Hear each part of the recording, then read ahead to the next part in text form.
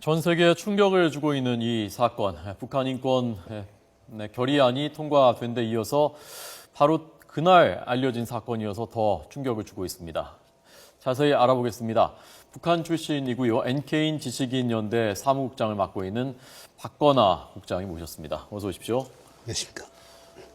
저 학생이 한모 씨라고 전해졌던데요. 네. 원래 김일성 종합대 다니고 있었고, 네. 아주 저 정도 되면 아주 고위층 자제인 거죠? 그렇죠. 그러니까 외국에 유학을 다닌다는 건 일반 주민의 자제가 외국에 유학 가기가 힘들거든요. 있긴 있습니까? 간혹 있죠. 있는데 그렇군요. 사실은 대부분 고위층 자녀들이 외국에 유학을 가지 예. 일반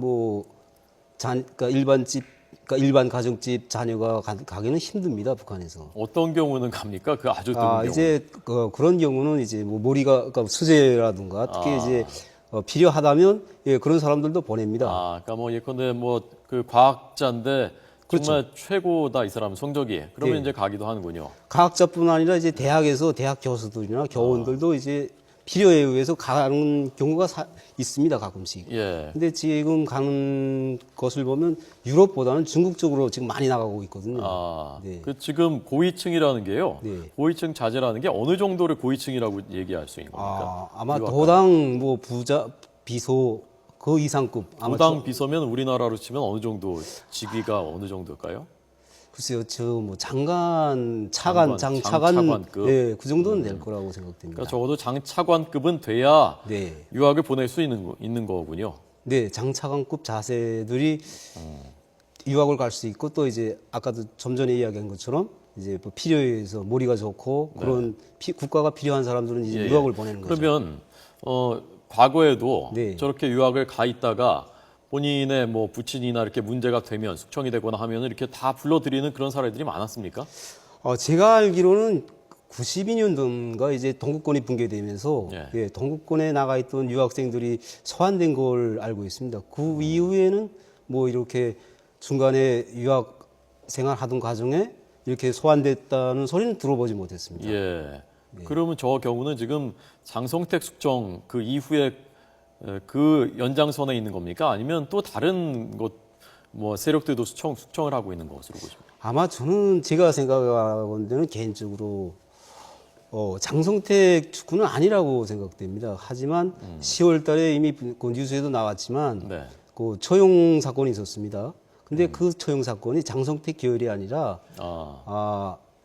김정은 허위 사업에서 차질이 생겨가지고 예. 그 관련 부서 사람들이 몇 명을 총살했다는 소식을 들었습니다. 아마 그 일환이 아닌가. 근데 사실 김정은의 동선에 대해서는 북한에 장성택이 살아 있을 때도 예.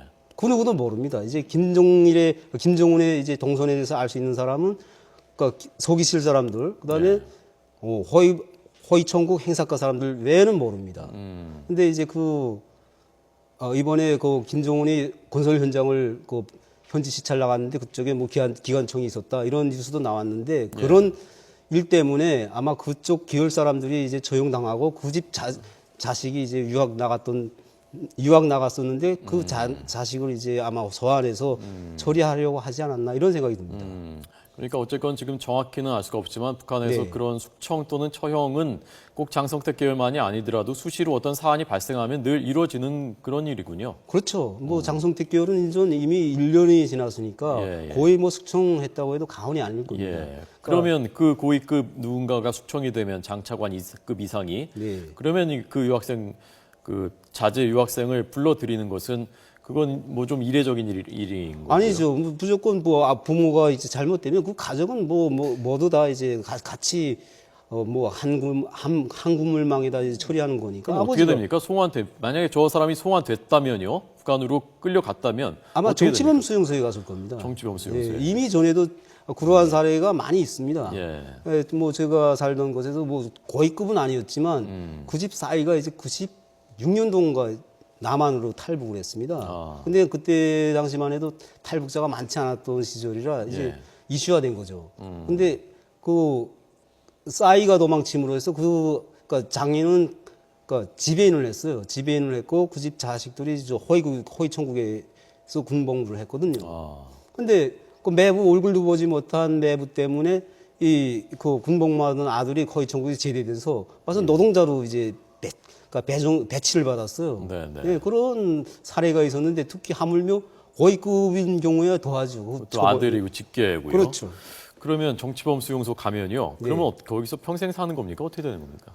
또 특히 저 여독수용소 같은 경우에는 이제 혁명화 구역하고 정신구역이 있는데 혁명화 구역 근데 아마 저 정도라면 정신구역에 가서 나오지 못할 확률이 정신 큽니다. 그냥 거기서 살아야 되는 겁니까? 그렇죠. 정치범 아버지가 수용소. 처형됐는데 어떻게 자식이 나올 수 있습니까? 지금 그 한 씨의 다른 가족들은 이미 정치범 수용소로 갔다는 보도거든요. 그러면 뭐 10중 8구 뭐 무조건 정신구역에 가서 나오지 못하는 거로 이제 봐야 될 겁니다. 그러니까 그 지금 저 학생 저 젊은이의 경우는 네. 그야말로 아버지는 뭐 처형됐는지 아니면 그냥 숙청만 됐는지 모르겠지만 그런 상태고 가족들은 다 이미 정치범 수용소에 가 있고 나도 들어가면 평생을 그렇죠. 정치범 수용소에서 있어야 되고 그러니까 목숨을 걸고라도 저렇게 할 수밖에 없는 거군요.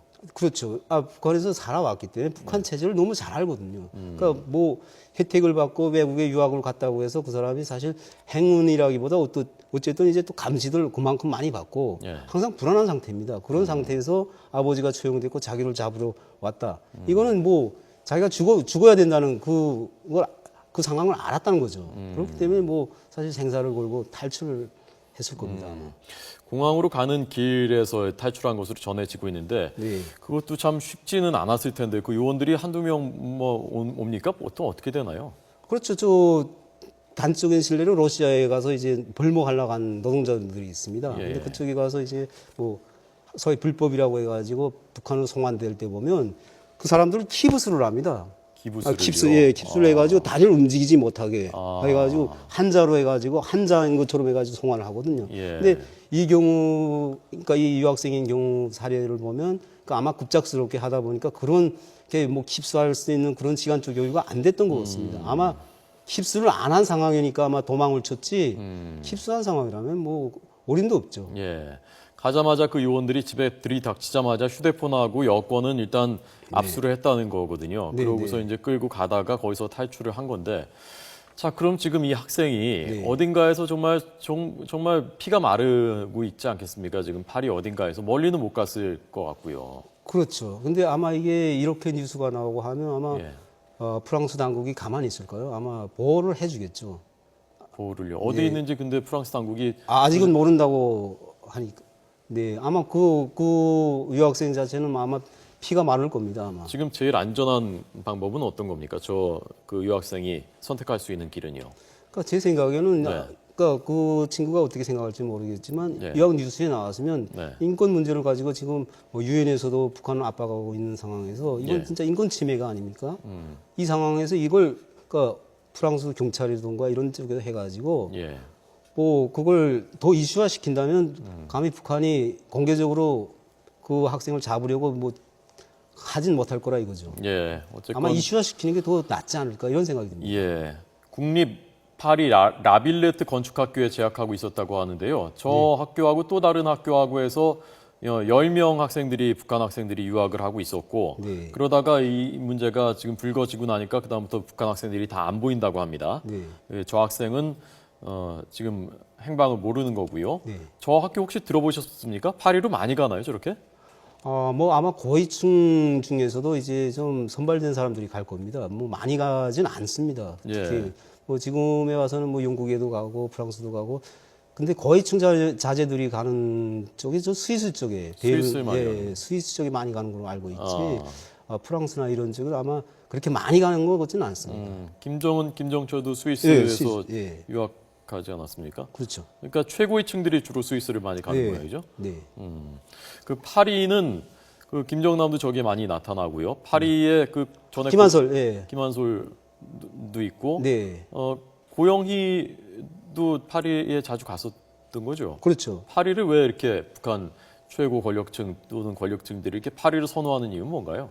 그러니까 북한에서 요리도 김종일이 살아있을 때 예. 그 북한 요리책이 나와 있은 거 있습니다. 근데 뭐냐면 요리책. 김종일 동지께서 높이 평가해 주신 그러니까 뭐 요리 해가지고 프랑스 요리에 대해서 많이 이제 그 선조를 했어요. 그러니까 프랑스가 아마 문화적이거나 그런 쪽에서 이제 되게 앞서온 거로 보고 그러니까 북한이 또 유럽은 상대하기가 좀 편하지 않습니까? 미국과는 좀 다른 느낌이라고 네. 보는 거군요. 네, 그렇죠. 그러니까 아마 그래서 선택하지 않았냐. 예. 그다음에 특히 뭐 프랑스 와인이라든가 뭐 명품이라든가 이런 게 아마 김정은한테는 되게 이제 그게 많이 와닿던 것 같습니다. 그래서 그걸 선호하지 않나. 저는 개인적으로 이런 생각이 듭니다. 예. 북한 인권이 지금 그 국제적인 지금 이슈가 돼 있는데 네. 연좌제라는 것이 연좌제라는 것이 과거에 뭐 우리나라에서도 연좌제라고 했다고 하지만 그것은 무슨 취업이나 무슨 해외 나갈 때나 불이익을 받는 그런 얘기였단 말입니다. 과거에도 군사정권 네. 때도. 근데 지금 이렇게 아버지가 죄를 지었으니까 그게 뭐 무슨 죄인지 모르겠습니다만은 아들도 정치범 수용소에 가서 평생 산다.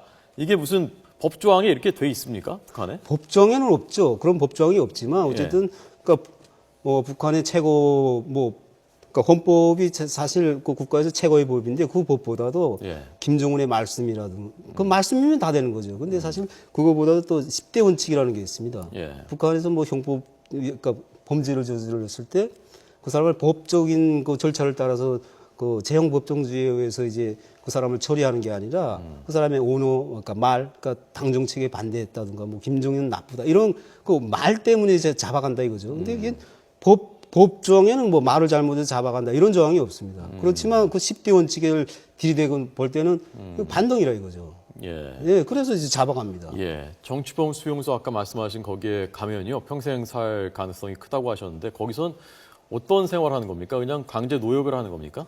그러니까 지금은 뭐 탈북자 중에도 이제 정치범 수용소에서 생활하던 분들도 여럿이 와 있고 특히 예. 뭐 신동엽 씨 같은 경우에는 거기서 태어났다고 하지 않습니까? 태어났죠. 예. 네. 근데 사실 어떻게 보면 그 친구 같은 경우에는 자기가 지은 죄도 아니지 않습니까? 예, 예. 그 아버지가 어떤 죄를 지었는지도 모르고 거기서 태어났다는 그 죄로 그러니까 20년이 넘도록 그 속에서 자라지 않았습니까?